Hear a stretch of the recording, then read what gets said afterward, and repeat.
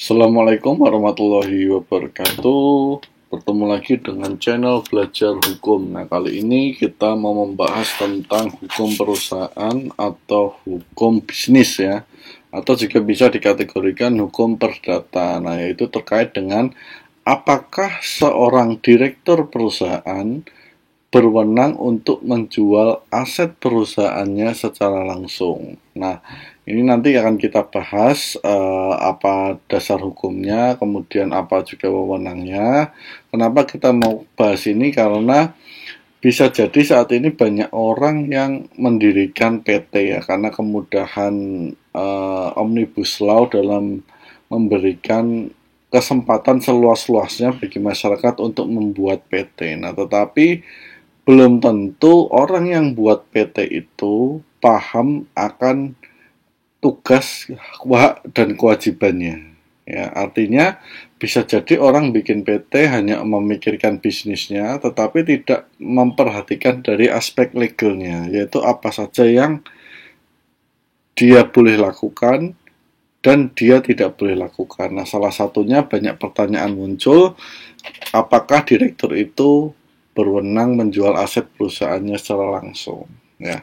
Nah, sebelum masuk ke materi seperti biasa saya mau disclaimer dulu. Yang pertama, video ini hanya untuk tujuan edukasi dan berbagi pengalaman. Yang kedua, video ini bukan merupakan nasihat hukum. Dan yang ketiga, video ini kemungkinan telah out of date karena adanya perubahan-perubahan, atau bisa jadi di masa mendatang ada aturan-aturan baru yang merubah ketentuan yang terkait dengan isi dari materi video ini ya. Nah, kita masuk ke pembahasan. Nah, menjadi pertanyaannya kan tadi, apakah direktur suatu perusahaan, nah ini kita ngomong bentuknya usahanya adalah PT ya, karena kita mau merefernya ke undang-undang PT, bisa menjual aset perusahaannya secara langsung. Nah, sebelum menjawab bisa atau tidak, ada beberapa langkah yang perlu dilakukan. Yang pertama adalah cek anggaran dasar perusahaan.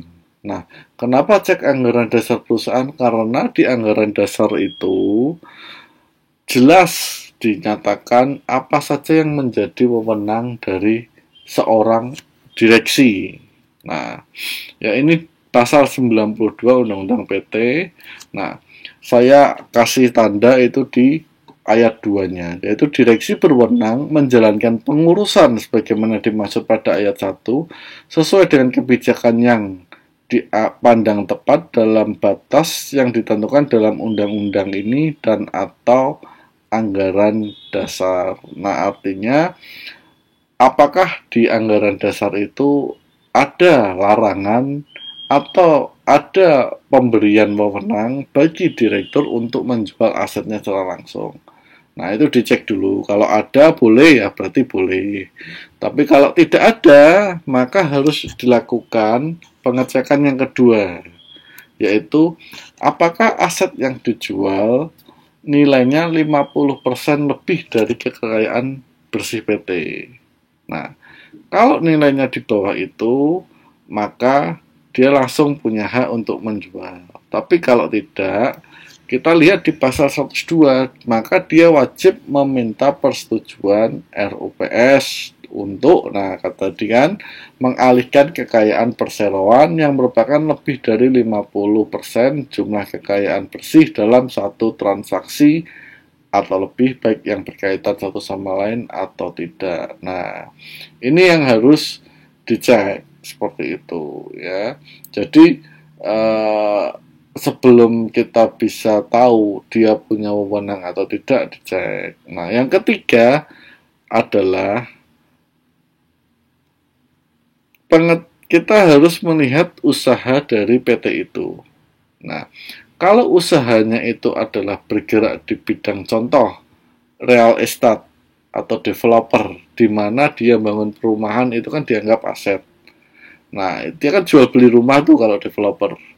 Nah, itu maka tidak membutuhkan izin seperti itu, karena memang bisnisnya atau core bisnisnya adalah jual beli rumah, yang merupakan rumah itu adalah aset. Seperti itu contoh simpelnya. Nah, Jadi itu yang diatur di pasal 102 ayat 3 ya. Ketentuan sebagaimana dimaksud pada ayat 1 tidak berlaku terhadap pengalihan atau penjaminan kekayaan perseroan yang dilakukan direksi sebagai pelaksanaan kegiatan usaha perseroan sesuai dengan anggaran dasarnya. Nah, tadi contohnya adalah real estate. Nah, harapannya dengan penjelasan ini kalian sudah bisa memahami apakah direktur itu punya wewenang atau tidak dalam menjual aset perusahaannya. Jadi harus dicek dulu ya. Jadi tidak bisa serta-merta. Nah, kalau memang sudah paham, mudah-mudahan informasi ini bisa memberikan manfaat.